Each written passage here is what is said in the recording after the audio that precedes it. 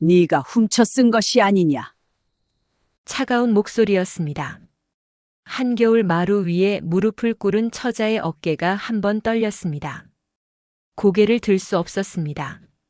둘러선 사람들의 눈이 모두 같은 곳을 향하고 있었기 때문입니다. 아무도 물어보지 않았습니다.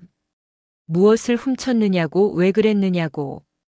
이미 답은 정해져 있었습니다.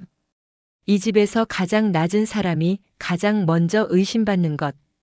그것은 정해진 순서였지요. 그날 밤 그 처자는 창고에 갇혔습니다. 바닥은 얼어 있었고 문틈 사이로 바람이 들어왔습니다. 그리고 멀리서, 아주 멀리서 아이의 기침 소리가 들려왔습니다. 숨이 끊어질 듯 가쁜, 작고 약한 기침이었습니다. 그 처자는 두 손을 꼭 쥐었습니다. 울지 않았습니다. 다만 품속에 넣어둔 작은 수첩 하나를 만지작거렸습니다. 매일 밤 아이의 숨소리를 세고 약의 이름을 적고 열이 오른 시각을 기록해 둔 것이었지요. 그것만이 자신이 가진 전부였습니다. 이 이야기는 그보다 조금 앞선 때에서 시작됩니다. 눈이 내리던 어느 겨울 저녁 한 처자가 큰 양반가의 대문 앞에 섰습니다. 등에는 보따리 하나를 젓고 그 안에 든 것이라곤 작은 적삼 몇 벌과 말린 약초 한 줌뿐이었습니다. 그 문을 넘는 순간 돌아갈 길은 없었습니다. 그리고 그 안에서 무엇이 기다리고 있는지 그녀는 아직 알지 못했습니다. 안녕하세요. 밤길 야담입니다. 구독과 좋아요, 댓글 부탁드립니다. 항상 감사합니다. 눈이 내리고 있었습니다. 그것도 펑펑 쏟아지는 눈이 아니라 있는 듯 없는 듯 희미하게 바람결에 실려오는 가루눈이었습니다. 손을 내밀어도 잡히지 않고 옷깃에 닿으면 그대로 스며들어 사라지는 그런 눈이었지요. 그 겨울 저녁 한 처자가 길을 걷고 있었습니다. 이름은 서윤이라 했습니다. 20살도 채 되지 않은 나이였고 등에는 보따리 하나를 졌는데 그 안에 든 것이라곤 작은 적삼 몇 벌과 말린 약초 한 줌이 전부였습니다. 아버지는 약초꾼이었으나 이미 세상에 없었고 어머니는 누운 지 석 달이 넘어가고 있었습니다. 약을 쓰려면 돈이 있어야 했습니다. 돈을 구하려면 일을 해야 했습니다. 그리고 그 일이라는 것이 겨우 닿은 곳이 이 집이었습니다. 큰 양반가였습니다. 담장이 높고 대문이 넓었으며 처마 끝에 고드름이 줄지어 매달려 있었습니다. 서윤은 그 대문 앞에 서서 한참을 올려다보았습니다. 안에서 무슨 소리도 들리지 않았습니다. 바람만 담장 모퉁이를 돌아 빠져나갔지요. 그 집에 들어가는 일은 서윤 스스로 골라 잡은 길이 아니었습니다. 어머니의 병세가 깊어지던 어느 날 읍내 약방 주인이 말을 건넨 것이었습니다. 큰 댁에서 아이를 돌볼 사람을 찾고 있다. 머슴 겸 돌보미로 들어가면 약값은 그쪽에서 대어줄 것이다. 그런 이야기였지요. 서윤에게는 다른 선택지가 없었습니다. 정확히 말하면 선택이라 부를 수 있는 것 자체가 남아있지 않았습니다. 사람이 벼랑 끝에 서면 고르는 것이 아니라 떨어지지 않으려 손을 뻗는 것이지요. 서윤이 그 문을 넘은 것은 그런 손짓이었습니다. 대문 안으로 들어서자 마당은 넓었으나 사람 기척은 적었습니다. 행랑채 쪽에서 불빛이 하나 새어나왔고 안채는 조용했습니다. 서윤은 안내를 받아 마루 아래에 서서 고개를 숙였습니다. 잠시 뒤 안에서 사람이 나왔습니다. 최 부인이었습니다. 이 집안의 안주인이자 실질적으로 모든 것을 쥐고 있는 사람이었습니다. 나이는 40을 넘겼을 것이고 몸가짐은 단정했으며 말은 느리고 낮았습니다. 겉으로 보기에는 온화한 사람이었습니다. 미소도 지었고 목소리에 날이 서 있지도 않았습니다. 그러나 서윤이 마루 아래 선 채로 올려다본 그 얼굴에는 무언가를 재고 있는 눈이 있었습니다. 들어온 사람이 쓸만한지, 다루기 쉬운지, 시키는 대로 할 사람인지를 가늠하는 조용하고 빈틈없는 눈이었지요. 먼 길 왔겠구나. 최 부인은 그렇게 한마디를 건넸을 뿐 더 묻지 않았습니다. 집안 살림이 어떠한지, 어머니 병이 무엇인지, 그런 것에는 관심이 없었습니다. 다만 한 가지 아이를 잘 돌보아야 한다는 말만 또렷이 했습니다. 그 아이가 도훈이었습니다. 8살이었습니다. 양반가의 아들이었으나 또래 아이들처럼 뛰어다니거나 소리를 지르는 법이 없었습니다. 서윤이 처음 그 아이를 본 것은 안채 뒤편 작은 방 안에서였습니다. 방문을 열었을 때 아이는 이불 속에 웅크리고 있었습니다. 얼굴이 하얗고 입술은 마른 종이처럼 갈라져 있었습니다. 그리고 숨소리가 고르지 않았습니다. 들이쉴 때마다 가느다란 쇳소리 같은 것이 섞여 나왔고 그 사이사이로 기침이 터져 나왔습니다. 기침은 한 번 시작되면 쉬이 멈추지 않았습니다. 서윤은 문 앞에 서서 한동안 그 아이를 바라보았습니다. 아이의 눈이 서윤을 향했습니다. 낯선 사람을 경계하는 눈이 아니었습니다. 누군가 와주었다는 것에 안도하는, 그러면서도 금방 다시 떠날 것을 이미 알고 있다는 그런 눈이었습니다. 서윤은 그 눈빛을 알아보았습니다. 아버지가 떠난 뒤, 어머니가 누운 뒤 혼자 남겨진 밤마다 자기 자신이 품고 있던 것과 같은 것이었기 때문입니다. 그날 밤 서윤은 아이의 방 한켠에 자리를 깔았습니다. 이불은 얇았고 바닥은 차가웠지만 그것은 아무래도 좋았습니다. 밤이 깊어지자 아이의 기침이 다시 시작되었습니다. 서윤은 일어나 물을 떠왔고 아이의 등을 천천히 쓸어내렸습니다. 아이는 기침 사이로 서윤의 옷자락을 잡았습니다. 아무 말도 하지 않았지만 손에 힘이 들어가 있었습니다. 서윤도 아무 말을 하지 않았습니다. 다만 그 자리에 그대로 앉아 아이의 숨소리가 조금씩 가라앉을 때까지 등을 쓸었습니다. 그것이 이 집에서의 첫째 밤이었습니다. 그리고 서윤은 그때 알지 못했습니다. 이 집의 고요함이 평화가 아니라는 것을, 최 부인의 온화한 말투 아래 무엇이 흐르고 있는지를, 아이의 병이 낫지 않는 까닭이 단순히 몸이 약한 탓만은 아닐 수도 있다는 것을, 그 모든 것을 서윤은 아직 알지 못했습니다. 다만 그날 밤 얇은 이불 속에서 잠들기 전 서윤이 마지막으로 들은 것은 아이의 가늘고 고른 숨소리였습니다. 기침이 멈추고 겨우 잠이 든 아이의 작고 느린 숨소리. 그리고 담장 너머로 바람이 한 줄기 지나갔습니다. 눈은 여전히 내리고 있었습니다. 서윤이 이 집에 들어온 지 열흘쯤 지났을 때였습니다. 아이의 병세는 나아지지 않았습니다. 낮에는 그럭저럭 버텼으나 해가 지고 어둠이 내려앉으면 어김없이 기침이 시작되었습니다.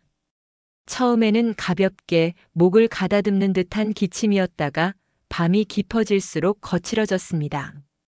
아이의 작은 몸이 이불 위에서 웅크러들고 숨을 들이쉴 때마다 가슴팍이 깊이 꺼졌다 올라왔습니다. 이 집에서 약을 쓰고 있었습니다. 읍내 약방에서 지어온 것이었지요. 그러나 서윤이 보기에 그 약은 아이의 증세와 맞지 않았습니다. 열이 오르는데 열을 가두는 약재가 섞여 있었고 가래가 묵직한데 이를 사귀는 것은 빠져 있었습니다. 서윤은 아버지에게서 배운 것이 있었습니다. 약초꾼의 딸이었으니 어릴 적부터 산을 탔습니다. 아버지는 글을 읽는 사람이 아니었으나 풀의 냄새를 맡으면 그것이 어디에 쓰이는지를 알았고 뿌리의 빛깔만 보아도 캘 때가 되었는지를 가늠했습니다. 서윤은 그 옆에서 자랐습니다. 누가 가르쳐 준 것이 아니라 보고 따라하고 실패하고 다시 해보는 것으로 익힌 것이었지요. 아버지가 세상을 떠난 뒤에는 서윤이 직접 약초를 캐어 어머니의 약을 다렸습니다. 의원에게 보이지 못하는 형편이었으니 할 수 있는 것은 그것뿐이었습니다. 그 과정에서 서윤은 스스로 깨달은 것들이 있었습니다.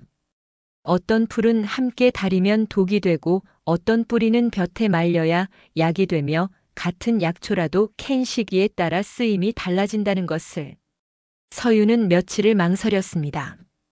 자기가 나설 자리가 아니라는 것을 알았기 때문입니다. 이 집에서 서윤의 위치는 머슴이었습니다. 약을 짓는 일은 약방 주인의 몫이었고 그것을 판단하는 것은 안주인의 권한이었습니다. 아무도 서윤에게 의견을 묻지 않았습니다. 아무도 서윤이 약초에 대해 무엇을 아는지 관심을 두지 않았습니다. 그러나 밤마다 아이의 기침 소리를 듣고 있으면 가만히 있을 수가 없었습니다. 어느 날 이른 아침 서윤은 부엌 뒤편에 있는 작은 약방으로 갔습니다. 이 집에는 약재를 보관하는 곳이 따로 있었습니다. 그곳에서 서윤은 오래 묵은 약재들 사이를 뒤졌습니다. 더덕뿌리가 있었고 도라지가 있었고 말린 배가 한쪽 구석에 놓여 있었습니다. 서윤은 그것들을 골라 물에 씻고 작은 솥에 물을 올렸습니다. 물이 끓기 시작하자 약방 안에 묵직하고 쓴 냄새가 퍼졌습니다. 서윤은 불의 세기를 줄이고 천천히 달였습니다. 아버지가 했던 것처럼 물이 반으로 줄 때까지 기다렸다가 다시 약한 불에 조금 더 졸였습니다. 그것을 사발에 따라 식힌 뒤 아이의 방으로 가져갔습니다. 아이는 이불 속에 누워 있었습니다. 눈이 반쯤 떠져 있었으나 초점이 흐릿했습니다. 밤새 기침을 한 탓에 목소리가 나오지 않았습니다. 서윤은 아이의 머리를 조심스럽게 받치고 사발을 입가에 기울였습니다. 아이는 처음에 고개를 돌렸습니다. 쓴 냄새를 맡았기 때문이었지요. 서윤은 억지로 먹이지 않았습니다. 사발을 내려놓고 잠시 기다렸습니다. 그리고 다시 천천히 기울였습니다. 아이가 한 모금을 삼켰습니다. 그리고 또 한 모금. 그날 밤 기침이 줄었습니다. 완전히 멈춘 것은 아니었으나 밤새 끊이지 않던 것이 중간중간 고요한 시간이 생겼습니다. 아이의 숨소리가 조금 고르게 돌아왔습니다. 서윤은 그 변화를 놓치지 않았습니다. 그날부터 품속에 작은 수첩을 넣고 다녔습니다. 아이가 기침을 시작한 시각, 열이 오른 때, 약을 먹인 뒤 숨소리가 어떻게 달라졌는지를 적었습니다. 글씨는 반듯하지 않았습니다. 서당에 다닌 적이 없었으니 아는 글자를 섞어가며 제 나름의 방식으로 적은 것이었지요. 그러나 그 기록은 정확했습니다. 하루도 빠지지 않았습니다. 닷새가 지나자 아이에게 작은 변화가 나타났습니다. 기침의 간격이 벌어졌습니다. 밤에 두세 번 깨던 것이 한 번으로 줄었고 아침에 눈을 뜰 때 입술에 핏기가 조금 돌았습니다. 아이는 여전히 말이 없었으나 서윤이 방에 들어오면 고개를 돌려 바라보았습니다. 그리고 어느 날 저녁이었습니다. 서윤이 약을 다려 가져왔을 때 아이가 이불 속에서 손을 내밀었습니다. 사발을 받으려는 것이 아니었습니다. 서윤의 옷자락 끝을 잡은 것이었지요. 누이 가지 마. 그것이 아이가 서윤에게 처음으로 한 말이었습니다. 목소리는 갈라져 있었고 겨우 들릴 만큼 작았습니다. 서윤은 움직이지 않았습니다. 잠시 그 자리에 그대로 앉아 있었습니다. 아이의 손이 옷자락을 쥔 채 힘이 빠져가는 것을 느끼면서 괜찮아요. 여기 있어요. 서윤은 그렇게 말하고 아이의 곁에 앉았습니다. 아이가 잠들 때까지 자리를 뜨지 않았습니다. 아이의 숨소리가 고르게 가라앉고 옷자락을 쥐었던 손이 스르르 풀어진 뒤에도 서윤은 한참을 더 앉아 있었습니다. 그것은 약속이라 부르기에는 너무 작은 말이었습니다. 그러나 아이에게는 그것이 전부였을 것입니다. 이 넓고 조용한 집안에서 밤마다 기침에 시달리며 혼자 깨어있던 아이에게 누군가 곁에 있겠다는 말은 숨을 쉬어도 된다는 허락과 같은 것이었을 테니까요. 서윤은 그 뒤로도 매일 약을 다렸습니다. 아이의 상태를 살피고 약재를 바꾸고 기록을 남겼습니다. 누가 시킨 일이 아니었습니다. 누가 알아주는 일도 아니었습니다. 그러나 서윤은 알지 못하고 있었습니다. 그 조용한 일상이 이 집안의 누군가에게는 달갑지 않은 것이었다는 사실을, 아이의 병이 나아지는 것을 반기지 않는 눈이 있었다는 것을, 그리고 그 눈이 이미 서윤을 지켜보고 있었다는 것을, 아이의 안색이 조금씩 돌아오고 있었습니다. 눈에 띄게 좋아진 것은 아니었으나 달라진 것은 분명했습니다. 아침에 눈을 뜨는 시간이 빨라졌고 죽을 받아먹는 양이 늘었습니다. 기침은 여전했으나 밤새 이어지던 것이 새벽녘에야 한두 차례 터지는 것으로 줄었습니다. 서유는 그 변화를 수첩에 빠짐없이 적었습니다. 그러나 이 집 안에서 아이의 차도를 기뻐하는 사람은 많지 않았습니다. 아니, 정확히 말하면 기뻐하는 기색을 드러내는 사람이 없었습니다. 안채는 늘 조용했습니다. 하인들은 맡은 일을 했고 부엌에서는 제때 밥이 지어졌으며 마당은 깨끗이 쓸렸습니다. 겉으로 보기에는 아무 탈 없는 집이었습니다. 그러나 서유는 어느 순간부터 느끼고 있었습니다. 사람들의 눈길이 달라졌다는 것을. 처음에는 무관심이었습니다. 서윤이 이 집에 들어왔을 때 하인들은 서윤을 거들떠보지 않았습니다. 새로 들어온 머슴 하나에 관심을 둘 까닭이 없었으니까요. 부엌일을 거들 때도 마당을 쓸 때도 서윤은 있으나 없으나 한 사람이었습니다. 그런데 달라졌습니다. 서윤이 약방에 드나들기 시작하면서부터였습니다. 서윤이 약재를 고르고 물을 올리는 모습을 본 하인들의 눈에 처음에는 의아함이 떠올랐습니다. 그것이 며칠 지나자 수군거림이 되었고 수군거림은 이내 등 뒤의 시선이 되었습니다. 서윤이 약방에서 나오면 복도 끝에 서 있던 누군가가 슬쩍 고개를 돌렸습니다. 부엌에서 물을 뜨면 뒤에서 누가 쳐다보고 있었습니다. 그러나 돌아보면 아무도 없었습니다. 그 시선들의 끝에 최 부인이 있었습니다. 최 부인은 아이의 방에 자주 오지 않았습니다. 안부를 물으러 오는 일은 있었으나 오래 머무르지는 않았습니다. 문 앞에 서서 안을 들여다보고 서윤이 아이의 등을 쓸고 있는 것을 보면 고개를 한번 끄덕이고 돌아갔습니다. 그런데 어느 날부터 최 부인의 발걸음이 잦아졌습니다. 아이의 병이 차도를 보이기 시작한 무렵이었습니다. 최 부인은 하루에 두세 번 아이의 방을 찾았습니다. 들어와서 아이를 보는 것이 아니라 서윤을 보았습니다. 서윤이 무엇을 하고 있는지, 어떤 약재를 쓰고 있는지, 수첩에 무엇을 적고 있는지를 보았습니다. 서윤은 그 시선을 느꼈으나 내색하지 않았습니다. 고개를 숙이고 하던 일을 계속했습니다. 그것이 이 집에서 서윤이 할 수 있는 전부였습니다. 그러던 어느 저녁이었습니다.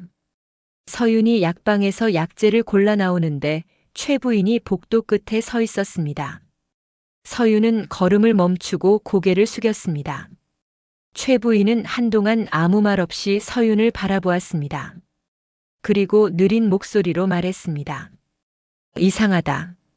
서윤은 고개를 든 채 가만히 있었습니다. 왜 저 아이만 내 손을 타면 더 앓느냐? 서윤의 등이 굳었습니다. 그 말은 사실이 아니었습니다. 아이는 나아지고 있었습니다. 서윤의 손을 타서 더 앓은 적은 없었습니다. 그러나 서윤은 반박하지 않았습니다. 반박할 수 있는 자리가 아니었기 때문입니다. 최 부인은 그 말을 끝으로 돌아갔습니다. 발소리가 멀어지고 복도가 다시 고요해졌습니다. 서윤은 한참을 그 자리에 서 있었습니다. 손에 들린 약재 보따리가 무거워진 것처럼 느껴졌습니다. 그날 이후 집안의 공기가 달라졌습니다. 최 부인의 한마디는 가벼운 것처럼 보였으나 이 집에서 안주인의 말은 가볍지 않았습니다. 그 말 한마디가 하인들 사이로 퍼지는 데는 하루도 걸리지 않았습니다. 그리고 그 즈음 또 하나의 이야기가 돌기 시작했습니다. 이 집의 재정 장부를 맡고 있던 하인이 있었습니다. 오래전부터 이 집에서 일해온 사람이었고 최 부인의 신임이 두터운 자였습니다. 그가 다른 하인들 사이에서 낮은 목소리로 말을 흘렸습니다. 약재가 자꾸 모자란다 하더이다. 그 말은 누구를 지목한 것이 아니었습니다. 그러나 이 집에서 약방에 드나드는 사람은 서윤뿐이었습니다. 말의 끝이 어디를 향하는지 듣는 사람은 모두 알았습니다. 서윤은 그 소문을 나중에야 알았습니다. 부엌에서 물을 깃다가 뒤에서 나누는 이야기의 꼬리를 잡은 것이었지요. 돌아보았을 때 사람들은 입을 다물었고 서윤과 눈이 마주친 하인 하나가 슬쩍 고개를 돌렸습니다.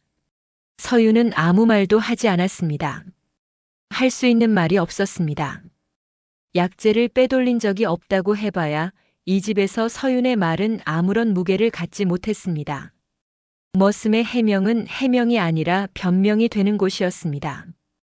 밤이 되어 아이의 방으로 돌아왔을 때 서윤은 수첩을 꺼내 그날 있었던 일을 적지 않았습니다.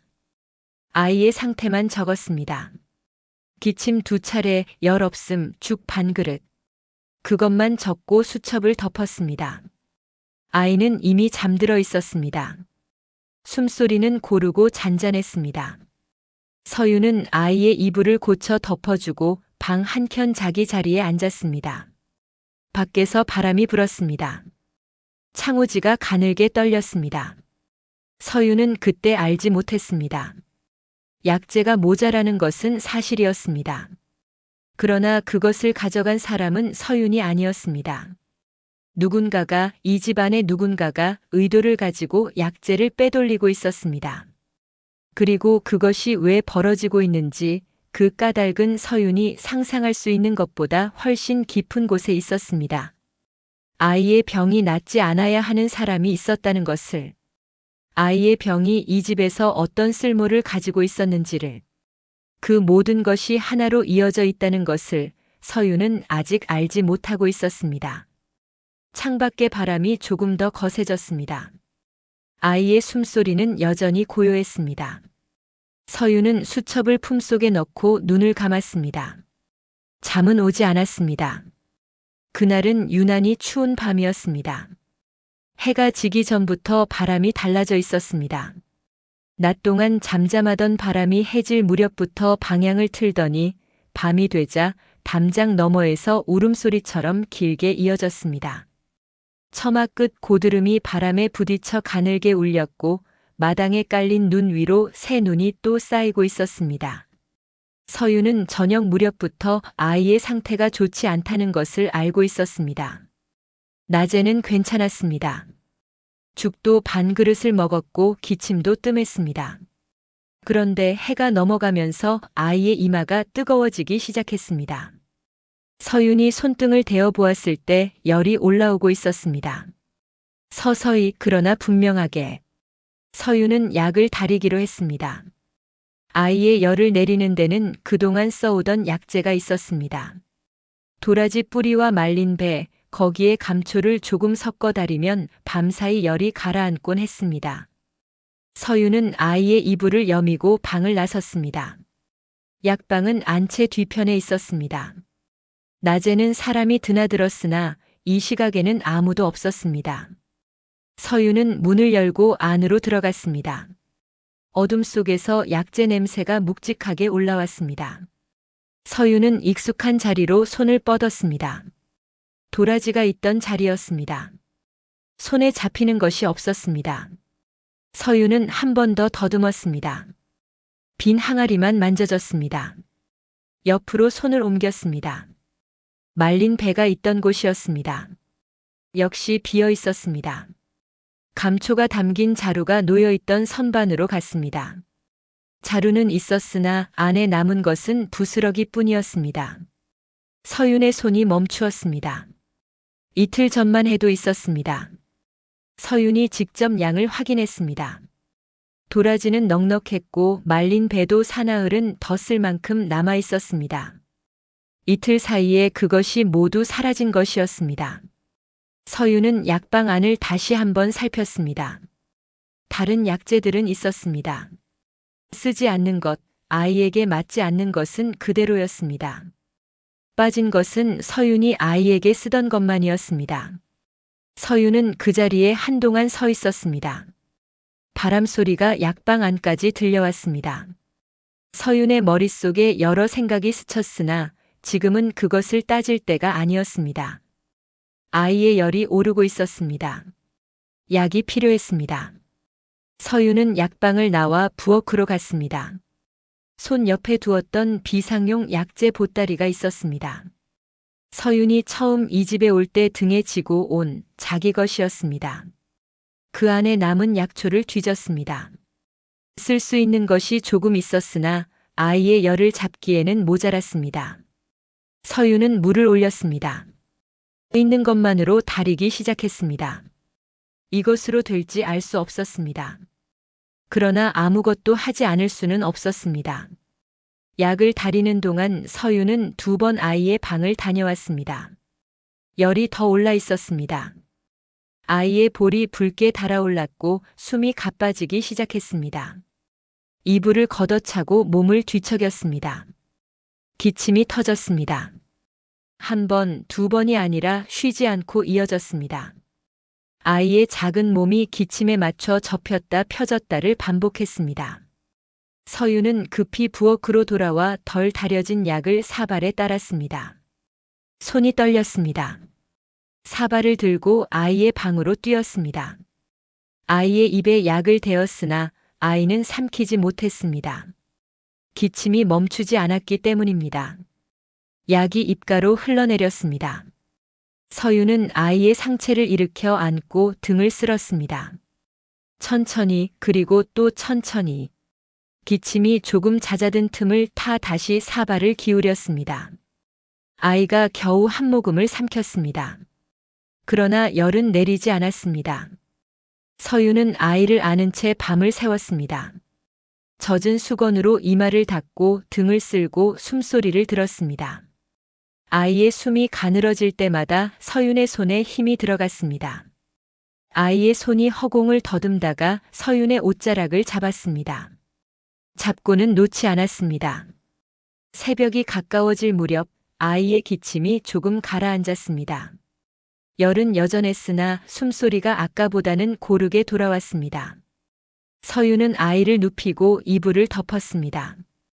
아이의 손이 옷자락에서 스르르 풀어졌습니다. 서윤이 몸을 일으켰을 때였습니다. 방문 밖에 사람이 서 있었습니다. 최 부인이었습니다. 언제부터 서 있었는지 알 수 없었습니다. 최 부인은 방 안을 들여다보고 있었습니다. 아이의 얼굴을 그리고 서윤의 얼굴을 번갈아 보았습니다. 서윤의 손에 들린 빈 사발을 보았고 아이의 입가에 남은 약물 자국을 보았습니다. 최 부인의 입이 열렸습니다. 내가 훔쳐 쓴 것이 아니냐. 서윤의 몸이 굳었습니다. 그 말이 무엇을 뜻하는지 서윤은 바로 알았습니다. 약방에 빈 항아리 모자라는 약재, 그리고 서윤만이 약방에 드나들었다는 사실. 그것이 모두 하나로 꿰어지는 순간이었습니다. 서윤은 입을 열려 했습니다. 약재가 없어서 자기 것을 다렸다고 약방에 있던 것은 자기가 가져간 것이 아니라고 말하려 했습니다. 그러나 최 부인의 눈을 보았을 때 서윤은 말을 멈추었습니다. 그 눈은 묻고 있는 것이 아니었습니다. 이미 답을 정해놓은 눈이었습니다. 듣고 싶은 말이 정해져 있었고 그 외의 것은 들을 마음이 없는 눈이었습니다. 서윤은 아무런 변명도 하지 못했습니다. 날이 밝았습니다. 그 아침 서윤은 마루 앞으로 끌려 나왔습니다. 하인 둘이 양쪽 팔을 잡았고 서윤은 차가운 마루 아래 무릎을 꿇었습니다. 최 부인은 마루 위에 앉아 있었고 집안 어른 몇이 옆에 나란히 있었습니다. 아무도 서윤에게 사정을 묻지 않았습니다. 최 부인이 말했고 장부를 맡은 하인이 약재 기록을 내보였고 사람들은 고개를 끄덕였습니다. 서윤은 고개를 숙인 채 그 소리들을 들었습니다. 그리고 서윤은 창고로 끌려갔습니다. 안채에서 떨어진 집 뒤편의 낡은 창고였습니다. 농기구와 빈 항아리가 쌓여 있었고 바닥은 매늘기였습니다. 문이 닫혔습니다. 바깥에서 빗장 소리가 났습니다.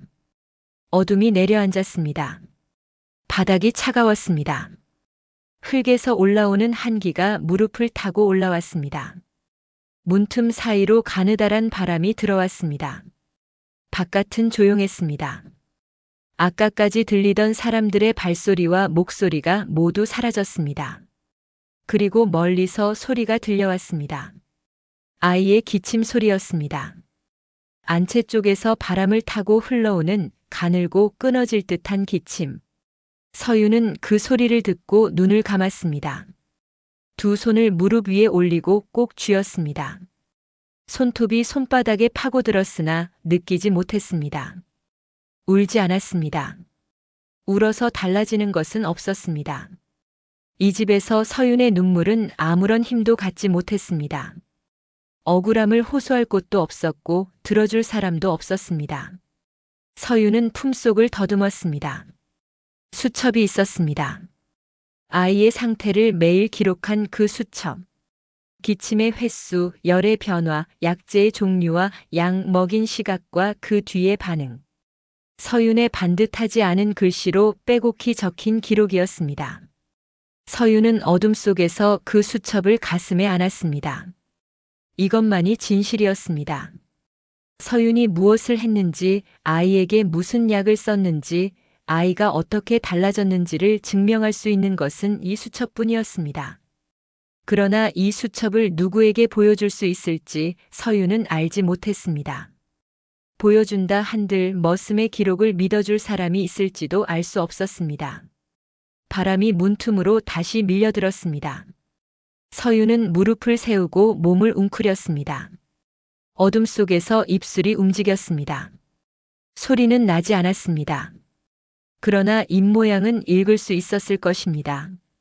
버텨야 한다. 지금 무너지면 끝이다. 서윤은 그렇게 첫째 밤을 버텼습니다. 아이의 기침 소리는 새벽이 될 때까지 바람결에 실려왔습니다. 끊어질 듯 이어질 듯 가늘게. 서윤은 잠들지 못한 채 그 소리를 들었습니다. 그리고 그 창고 안에서 서윤이 알지 못하는 사이 이 집의 바깥에서 하나의 움직임이 시작되고 있었습니다. 마구간 쪽에서 등불 하나가 꺼지지 않고 있었다는 것을 서윤은 알지 못했습니다. 그 등불 아래 앉은 사람이 오랜 시간 무엇인가를 고민하고 있었다는 것도 마구간 한쪽 구석에 등불이 켜져 있었습니다. 기름이 많지 않았는지 불꽃이 낮았고 바람이 들 때마다 흔들렸습니다. 그 불빛 아래 한 사람이 앉아 있었습니다. 강진수라는 사람이었습니다. 이 집의 마부였습니다. 나이는 50을 넘겼을 것이고 말수가 적은 사람이었습니다. 이 집에 들어온 지는 10년이 넘었으나 안채 쪽 일에는 끼어들지 않았습니다. 말을 돌보고 수레를 끌고 시키는 곳에 물건을 날랐습니다. 그것이 진수의 일이었고 진수는 그 범위를 넘은 적이 없었습니다. 그런 사람이 잠을 이루지 못하고 있었습니다. 낮에 일어난 일을 들었기 때문입니다. 서윤이 끌려 나와 마루 아래 무릎을 꿇었다는 이야기, 약재를 훔친 죄로 창고에 갇혔다는 이야기가 하인들 사이로 퍼지는 데는 오래 걸리지 않았습니다. 마구간까지 그 소문이 흘러 들어온 것은 해가 지기 전이었습니다. 진수는 그 이야기를 듣고 아무 말도 하지 않았습니다. 등을 돌리고 말먹이를 주고 수레바퀴에 기름을 치고 하던 일을 계속했습니다. 원래 그래왔습니다. 안채에서 무슨 일이 벌어지든 누가 벌을 받든 진수는 관여하지 않았습니다. 관여할 위치가 아니었고 관여해서 좋을 것도 없었습니다. 그런데 밤이 되자 잠이 오지 않았습니다. 진수의 머릿속에 한 장면이 떠올랐기 때문입니다. 며칠 전 새벽이었습니다. 진수가 말에게 물을 먹이러 우물가에 갔을 때 안채 쪽에서 희미한 불빛이 보였습니다. 부엌 쪽이었습니다. 그 이른 시각에 불을 켠 사람이 누구인가 싶어 고개를 돌렸을 때 서윤이 보였습니다. 서윤은 작은 솥 앞에 쪼그리고 앉아 약을 다리고 있었습니다. 불이 낮아 얼굴이 잘 보이지 않았으나 솥 안에 물이 보글거리는 소리가 고요한 새벽에 또렷이 들렸습니다. 서윤은 한 손으로 불의 세기를 조절하며 다른 손으로 무릎 위에 펼친 수첩에 무언가를 적고 있었습니다. 진수는 멀리서 그 모습을 잠시 보았을 뿐 말을 걸지 않았습니다. 자기와 상관없는 일이었으니까요. 그런데 그보다 더 전에 본 것이 있었습니다. 진수는 이 집의 마부였기에 바깥 출입이 잦았습니다. 읍내에 물건을 가져가거나 손님을 마중하거나 때로는 최 부인의 심부름으로 약방에 다녀오기도 했습니다. 그 과정에서 진수는 이 집의 물건이 어떻게 드나드는지를 대략 알고 있었습니다. 약재도 마찬가지였습니다. 약방에서 약재가 들어올 때 그것을 수레에 싣고 오는 것은 진수였습니다. 얼마만큼의 양이 들어왔는지 진수는 눈대중으로나마 알고 있었습니다. 그리고 최근 들어 진수가 느낀 것이 있었습니다. 들어오는 양에 비해 약방에 남아있는 것이 너무 적었습니다. 처음에는 대수롭지 않게 여겼습니다.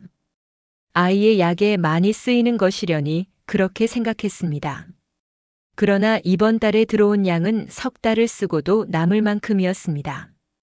그것이 보름도 되지 않아 모두 사라졌다는 것은 아이의 약으로만 설명되지 않았습니다. 진수는 그때도 입을 열지 않았습니다. 자기 일이 아니었으니까요. 그러나 지금 등불 아래 앉아있는 진수의 머릿속에는 두 장면이 겹쳐지고 있었습니다. 새벽에 홀로 약을 다리던 서윤의 뒷모습과 마루 아래 끌려 나와 무릎을 꿇었다는 이야기. 그 두 가지가 맞지 않았습니다. 약을 훔쳐 쓴 사람이 새벽마다 자기 약재를 꺼내어 아이에게 다리겠습니까? 진수는 오래 앉아 있었습니다. 모른 척하면 편했습니다. 아무것도 보지 못한 것으로 하면 내일도 모레도 진수의 하루는 똑같았습니다. 말을 먹이고 수레를 끌고 해가 지면 마구간으로 돌아오면 되는 것이었습니다. 그러나 눈을 감으면 다른 것이 떠올랐습니다. 아이의 얼굴이었습니다. 진수가 도훈을 가까이서 본 적은 많지 않았습니다. 안채 아이를 마부가 마주칠 일은 드물었으니까요. 그러나 두어 번 마당을 지나다 본 적이 있었습니다. 서윤이 아이를 업고 햇볕이 드는 처마 밑에 앉아 있던 날. 아이는 서윤의 등에 얼굴을 묻고 있었고 기침 사이사이로 서윤의 옷깃을 쥐고 있었습니다. 그리고 한 번은 아이가 서윤을 부르는 소리를 들었습니다. 누이. 그 소리가 귓가에서 떠나지 않았습니다. 진수는 등불의 불꽃을 한참 바라보았습니다. 기름이 거의 다 되어 불꽃이 가늘어지고 있었습니다. 곧 꺼질 것이었습니다. 진수는 결심했습니다. 자리에서 일어난 것은 밤이 깊어진 뒤였습니다. 집안은 조용했습니다. 하인들은 모두 잠들었고 안채에는 불이 꺼져 있었습니다. 진수는 마구간을 나와 집 뒤편으로 돌아갔습니다. 창고는 어둠 속에 있었습니다. 진수는 발소리를 죽이며 다가갔습니다. 창고 문에 빗장이 걸려 있었습니다. 진수는 문을 열지 않았습니다. 문 옆에 벽에 갈라진 틈이 있었고 그 틈 사이로 안을 들여다보았습니다. 어둠 속에 서윤이 웅크리고 앉아 있었습니다. 무릎을 세우고 품속에 무언가를 안고 있었습니다. 잠들어 있는 것인지 깨어 있는 것인지 알 수 없었습니다. 진수는 벽 틈에 입을 대고 낮게 말했습니다. 나요. 서윤이 고개를 들었습니다. 어둠 속에서 눈이 마주쳤는지는 알 수 없었으나 서윤이 몸을 일으키는 기척이 느껴졌습니다. 마구간의 진수요. 서윤은 벽 쪽으로 다가왔습니다. 틈 사이로 서윤의 얼굴이 어렴풋이 보였습니다. 입술이 갈라져 있었고 볼이 차갑게 굳어 있었습니다. 진수는 말을 고르는데 시간이 걸렸습니다. 원래 말이 많은 사람이 아니었고 이런 일을 해본 적도 없었습니다. 한참을 망설이다 입을 열었습니다. 증거가 있다면 나에게 맡기시오. 서윤은 대답하지 않았습니다. 한동안 침묵이 이어졌습니다. 바람이 창고 지붕을 스치고 지나갔습니다. 멀리서 개 짖는 소리가 한 번 들렸다 사라졌습니다. 서윤은 믿어야 할지 알 수 없었을 것입니다. 이 집에서 서윤 편에 선 사람은 아무도 없었습니다. 마부라는 사람도 여태껏 말 한마디 건넨 적이 없는 사람이었습니다. 그 사람이 한밤중에 찾아와 증거를 달라 하는 것이 믿을 만한 일인지 아닌지를 판단할 여유가 서윤에게는 없었습니다. 그러나 서윤에게 남은 것도 없었습니다. 이 창고 안에서 아침을 맞으면 그 뒤에 무엇이 기다리고 있을지 서윤도 알고 있었습니다. 죄인으로 몰려 쫓겨나거나 더 나쁜 일을 당하거나 어느 쪽이든 아이의 곁으로 돌아갈 수 없게 되는 것은 같았습니다. 서윤은 품속에서 수첩을 꺼냈습니다. 잠시 손 안에 쥐고 있었습니다. 그 수첩에는 이 집에 온 날부터 어젯밤까지 하루도 빠지지 않고 적은 기록이 들어 있었습니다. 서윤이 가진 것 중 유일하게 자기 자신을 증명할 수 있는 것이었습니다. 그것을 남의 손에 넘기는 일이 쉬울 리 없었습니다. 서윤은 수첩 일부를 찢어 벽틈 사이로 내밀었습니다. 그리고 말했습니다. 아이만 살려주세요. 목소리가 갈라져 있었습니다. 낮고 작았으나 떨리지는 않았습니다. 진수는 그 종이를 받아들었습니다. 접어서 품속에 넣었습니다. 그리고 고개를 깊이 끄덕였습니다. 서윤에게 보였는지는 알 수 없었으나 진수는 분명히 끄덕였습니다. 진수는 벽에서 물러났습니다. 발소리를 죽이며 왔던 길을 되돌아갔습니다. 마구간으로 돌아가지 않았습니다. 집 뒤편 담장 쪽으로 방향을 틀었습니다. 담장 밑에 낮은 곳이 있었고 진수는 그곳을 넘어 바깥으로 나갔습니다. 밤길이었습니다. 눈이 쌓인 길을 진수는 걸었습니다. 읍내까지는 한참이었습니다. 그러나 진수의 걸음은 멈추지 않았습니다. 그 뒷모습을 아무도 보지 못했습니다. 창고 안에서 서윤은 다시 자리에 앉았습니다. 찢어내고 남은 수첩을 품속에 넣었습니다. 벽틈 사이로 들어오는 바람이 조금 전보다 차갑게 느껴졌습니다. 서윤은 눈을 감았습니다. 할 수 있는 것은 모두 했습니다. 남은 것은 기다리는 일뿐이었습니다. 그 기다림이 어떤 결과를 데려올지 서윤은 알 수 없었습니다. 다만 멀리서 아이의 기침 소리가 또 들려왔습니다. 가늘고 약하고 끊어질 듯 이어지는 소리. 서윤은 그 소리를 들으며 밤을 보냈습니다. 날이 밝으면 이 집에서 무엇이 벌어지게 될 것이었습니다. 날이 밝았습니다. 그러나 그 아침은 여느 아침과 달랐습니다. 해가 뜨기 전부터 안채 쪽에서 사람들이 움직이는 기척이 있었습니다. 발소리가 잦았고 낮은 목소리들이 오갔습니다. 평소라면 부엌에서 밥 짓는 소리가 먼저 들려야 할 시각이었으나 그날은 마루 쪽에서 사람들이 모이는 소리가 먼저였습니다. 최 부인이 사람들을 불러 모은 것이었습니다. 집안 어른 몇이 마루에 나란히 앉았고 하인들도 마당 한쪽에 줄지어 섰습니다. 최 부인은 마루 가운데에 앉아 있었습니다. 얼굴에 노기가 드러나 있지는 않았으나 입이 굳게 다물어져 있었습니다. 그 표정은 오늘 일을 끝내겠다는 사람의 것이었습니다. 서윤이 끌려 나왔습니다. 창고에서 밤을 새운 서윤의 모습은 처참했습니다. 옷이 흙에 젖어 있었고 얼굴은 하얗게 굳어 있었습니다. 입술이 갈라져 마른 피가 앉아 있었고 머리카락이 엉켜 한쪽으로 쏠려 있었습니다. 하인 둘이 양쪽 팔을 잡고 마루 아래로 데려왔고 서윤은 그 자리에 무릎을 꿇었습니다. 고개를 들지 않았습니다. 마루 위에서 최 부인의 목소리가 내려왔습니다. 차분했습니다. 화를 내는 목소리가 아니었습니다. 오히려 일을 정리하는 사람의 목소리에 가까웠습니다. 이미 결론이 나 있는 일을 형식을 갖추어 마무리하는 것처럼 서윤에게 씌워진 죄는 두 가지였습니다. 하나는 약재를 훔친 것이었고 다른 하나는 그 훔친 약재로 아이에게 해를 끼쳤다는 것이었습니다. 최 부인은 아이의 병이 나아지지 않는 까닭을 서윤에게 돌렸습니다. 아이를 돌보는 척하면서 오히려 병을 키운 것이라 했습니다. 장부를 맡은 하인이 앞으로 나와 기록을 내보였습니다. 약재 입고량과 남은 양이 맞지 않는다는 것을 수치로 보여주었습니다. 사람들은 그것을 보며 고개를 끄덕였습니다. 서윤은 듣고 있었습니다. 고개를 숙인 채 무릎 위에 올린 두 손을 쥔 채 들었습니다. 반박의 말이 목까지 올라왔으나 나오지 않았습니다. 이 자리에서 서윤의 말은 힘을 갖지 못한다는 것을 이미 알고 있었기 때문입니다. 마당에 서 있던 하인들 중 누구도 서윤을 보지 않았습니다.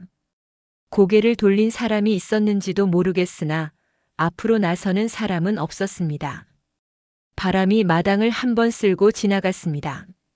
최 부인이 처분을 내리려는 순간이었습니다. 대문 쪽에서 소리가 났습니다. 문이 열리는 소리였습니다.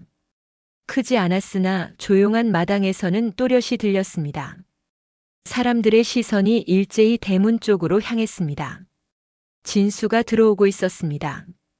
그런데 혼자가 아니었습니다. 진수의 뒤에 한 사람이 더 있었습니다. 관복을 입은 사람이었습니다. 읍내 관아에서 나온 관리였습니다. 관리의 뒤로 아전 하나가 따르고 있었고 그 손에는 무언가가 들려 있었습니다. 마당에 정적이 내려앉았습니다. 최 부인의 표정이 달라졌습니다. 눈에 띄게 변한 것은 아니었습니다.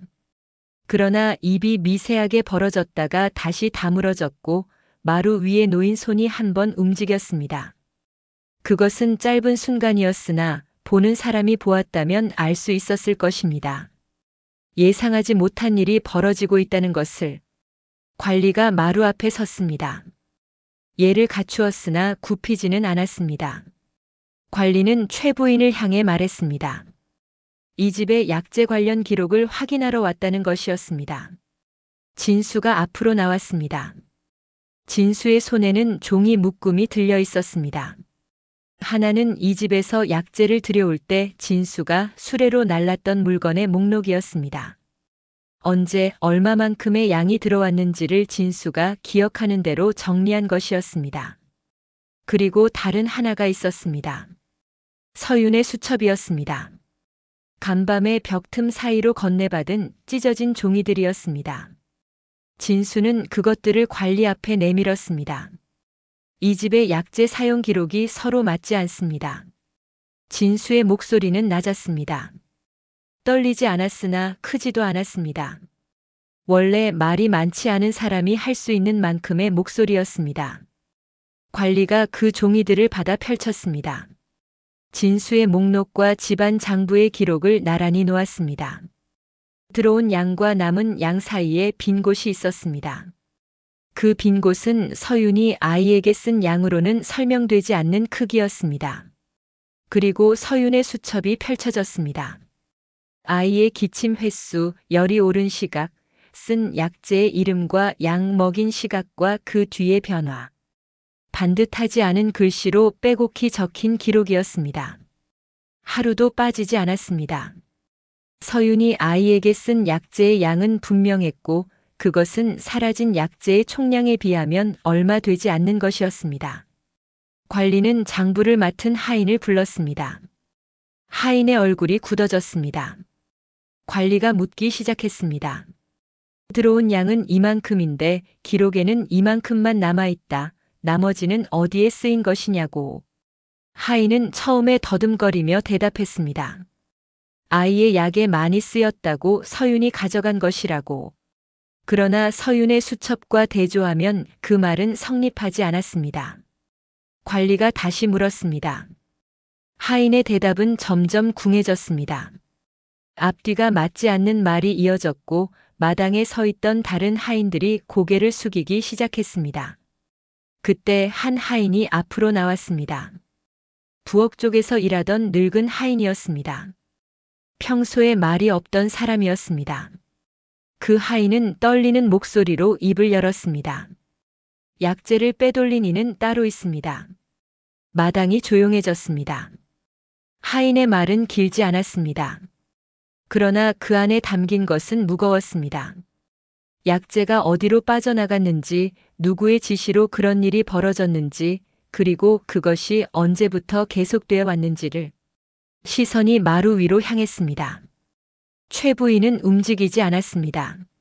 앉은 자세 그대로 손을 무릎 위에 올린 채 정면을 보고 있었습니다. 표정이 무너지지는 않았습니다. 그러나 입술이 가늘게 떨리고 있었습니다. 관리가 장부를 다시 펼쳤습니다. 약재만이 아니었습니다. 이 집의 재정 기록 전체가 어긋나 있었습니다. 약재의 빈자리는 그 어긋남의 일부에 지나지 않았습니다. 밝혀진 것은 이러했습니다. 최 부인은 아이의 병을 이용하고 있었습니다.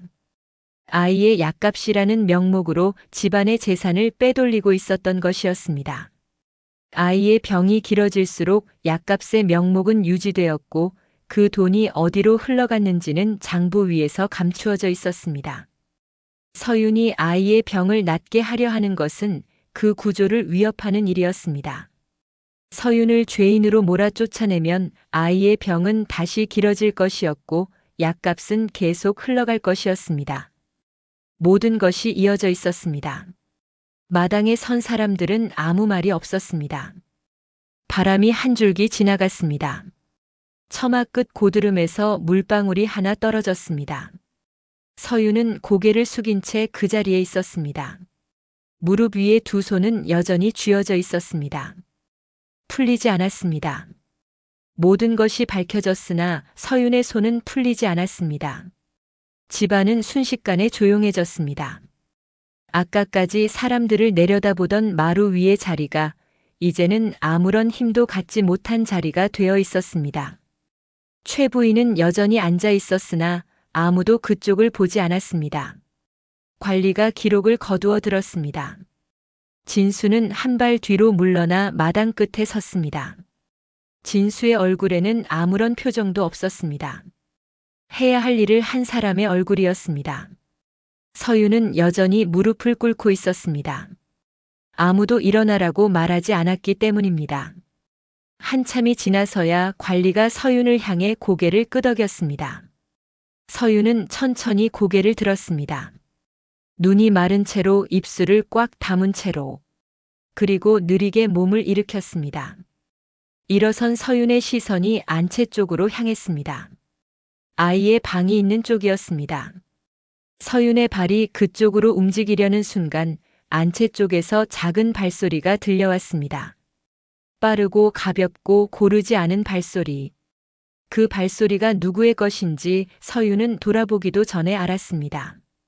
도훈이었습니다. 안채 쪽에서 맨발로 뛰어나오고 있었습니다. 잠옷 차림이었고 머리카락이 엉켜 있었습니다. 얼굴은 여전히 하얗고 볼에는 핏기가 없었으나 두 눈은 또렷이 떠져 있었습니다. 아이의 발이 차가운 마당 흙을 밟았습니다. 맨발이 젖은 땅에 닿는 것을 아이는 느끼지 못하는 것 같았습니다. 아이는 서윤을 보고 있었습니다. 뛰는 사이에 기침이 터졌습니다. 한 번, 두 번. 그래도 멈추지 않았습니다. 작은 다리가 비틀거렸으나 넘어지지 않았습니다. 마당에 서 있던 하인들이 길을 비켰습니다. 아무도 아이를 막지 않았습니다. 서윤은 움직이지 않았습니다.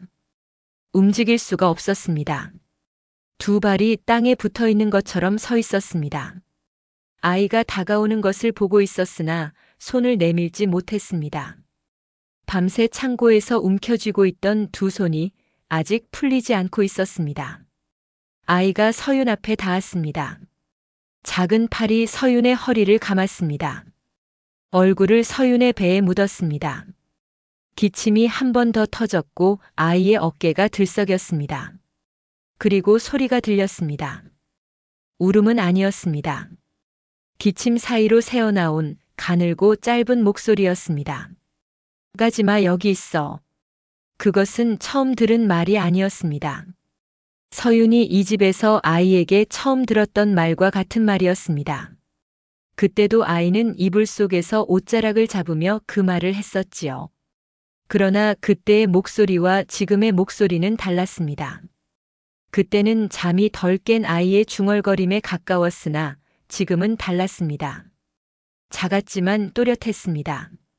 서윤의 손이 움직였습니다. 천천히 꽉 쥐고 있던 손가락이 하나씩 펴졌습니다. 그리고 그 손이 아이의 등에 닿았습니다. 가볍게. 등을 쓸지 않았습니다. 다만 손을 올려놓았을 뿐이었습니다. 그것만으로도 오래 걸렸습니다. 서윤은 잠시 눈을 감았습니다. 마당은 조용했습니다. 바람도 멈추어 있었습니다. 사람들이 서 있었으나 아무도 말하지 않았습니다. 처마 끝에서 물방울이 떨어지는 소리만 고요 속에 또렷했습니다. 서윤이 눈을 떴습니다. 조용히 대답했습니다. 응, 이제 괜찮아. 그것이 그 아침 그 마당에서 서윤이 한 유일한 말이었습니다. 서윤은 아이의 손을 잡고 안채 쪽으로 걸어갔습니다. 아이는 서윤의 손을 쥔 채 옆에 붙어 걸었습니다. 기침이 한 번 더 나왔으나 아이는 서윤의 손을 놓지 않았습니다. 두 사람의 뒷모습이 안채 쪽으로 사라질 때까지 마당에 선 사람들 중 누구도 입을 열지 않았습니다. 그 뒤의 일은 빠르지 않았습니다. 이 집에 당장 큰 변화가 닥친 것은 아니었습니다. 관아의 조사가 이어졌고 장부가 대조되었고 사람들이 불려가 이야기를 했습니다. 최 부인은 안채에서 나오지 않았습니다. 집안 어른들이 드나들었으나 그 안에서 어떤 이야기가 오갔는지는 바깥으로 새어나오지 않았습니다. 서윤은 그 사이에도 아이의 곁을 지켰습니다. 약을 다리고 등을 쓸고 수첩에 기록을 남겼습니다. 아이의 열이 오르면 이마를 닦았고 기침이 잦아들면 죽을 끓여 먹였습니다. 달라진 것은 아무것도 없었습니다. 아니, 한 가지 달라진 것이 있었습니다. 아이가 잠들 때 서윤의 옷자락을 잡지 않게 되었다는 것이었습니다. 더 이상 잡지 않아도 된다는 것을 아이가 알게 된 것이었는지도 모릅니다. 계절이 바뀌었습니다. 겨울이 지나고 봄이 왔습니다. 눈이 녹고 마당 한쪽에 풀이 올라왔습니다. 처마 끝 고드름이 사라진 자리에 햇빛이 내려앉았습니다. 아이의 기침이 줄었습니다. 봄이 깊어지면서 기침의 간격이 벌어졌고 여름이 되자 밤에 깨는 일이 드물어졌습니다. 가을이 왔을 때 아이는 처마 밑이 아니라 마당에서 햇볕을 쬐었습니다. 서윤이 옆에 앉아 있었고 아이는 마당의 개미를 내려다보고 있었습니다. 아이는 말이 없었으나 눈이 살아 있었습니다. 그렇게 해가 바뀌었습니다. 한 해, 두 해, 또 한 해. 도훈은 자랐습니다. 8살이었던 아이가 10살이 되었고 12살이 되었습니다. 기침은 간간히 남아 있었으나 밤을 새울 만큼은 아니었습니다. 몸이 자라면서 체력이 붙었고 안색이 돌아왔습니다. 글을 배우기 시작한 것은 10살 무렵이었습니다. 이 집의 사정이 정리된 뒤 집안 어른 중 한 사람이 아이의 교육을 맡았습니다. 아이는 글을 빨리 익혔습니다. 읽는 것을 좋아했고 한 번 본 것은 잊지 않았습니다. 서당에 다니기 시작하면서부터는 선생의 눈에 들었고 해가 갈수록 실력이 올랐습니다. 서윤은 그 모습을 지켜보았습니다. 아이가 글을 읽는 것을 옆에서 들었고 붓을 쥐는 것을 보았습니다. 서윤은 글을 잘 알지 못했으나 아이가 쓴 글씨를 보면 고개를 끄덕였습니다. 아이가 무엇을 읽었는지 이야기하면 서윤은 가만히 들었습니다. 그러나 서윤은 이 집에 영원히 머물 수 있는 사람이 아니었습니다. 처음부터 그랬습니다. 서윤은 머슴으로 들어온 사람이었고 어머니의 약값을 대신하여 일하는 조건이었습니다. 어머니의 병이 나았을 때 그 조건은 끝나는 것이었지요. 서윤의 어머니는 그 사이 차도를 보였습니다. 서윤이 보낸 약값으로 치료를 이어갔고 몇 해가 지나 자리에서 일어날 수 있게 되었습니다. 서윤이 이 집을 떠난 날이 언제였는지 정확히 기록된 것은 없습니다. 다만 어느 날 아이의 방 한켠에 놓여 있던 서윤의 자리가 비어 있었을 것입니다. 얇은 이불이 개켜져 있었을 것이고 약방에는 서윤이 정리해둔 약재가 종류별로 나뉘어 있었을 것입니다. 그리고 아이의 방 구석에 수첩 하나가 남겨져 있었을 것입니다.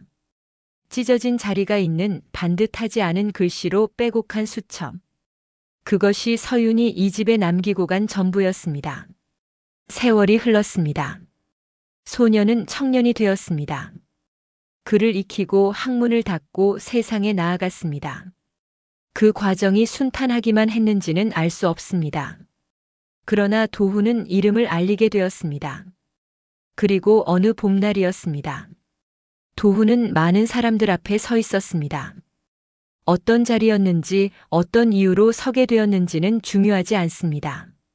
다만 그 자리에서 도훈은 말을 했습니다. 제가 여기까지 온 것은 한 사람의 따뜻한 손 덕분입니다. 그 말에 무게가 실려 있었습니다. 가볍게 던진 인사가 아니었습니다. 오래 품고 있던 것을 꺼내는 사람의 목소리였습니다. 밤마다 등을 쓸어주던 손, 약을 다려 입가에 기울이던 손, 이불을 여며 주던 손. 그 손의 온기를 기억하는 사람의 말이었습니다. 사람들이 박수를 쳤습니다. 그 박수 소리가 퍼져나가는 자리에서 조금 떨어진 곳에 한 사람이 서 있었습니다. 서윤이었습니다. 나이가 들어 있었습니다. 머리에 흰 것이 섞여 있었고 손은 거칠어져 있었습니다. 그러나 서 있는 모습은 달라지지 않았습니다. 조용히 한쪽에 서서 멀리서 바라보고 있었습니다. 서윤의 입가에 미소가 떠올랐습니다. 크지 않은 미소였습니다. 누군가에게 보여주기 위한 것이 아니었습니다. 오래 지켜본 사람만이 알아볼 수 있는 작고 느린 미소였습니다. 서윤은 오래 서 있지 않았습니다.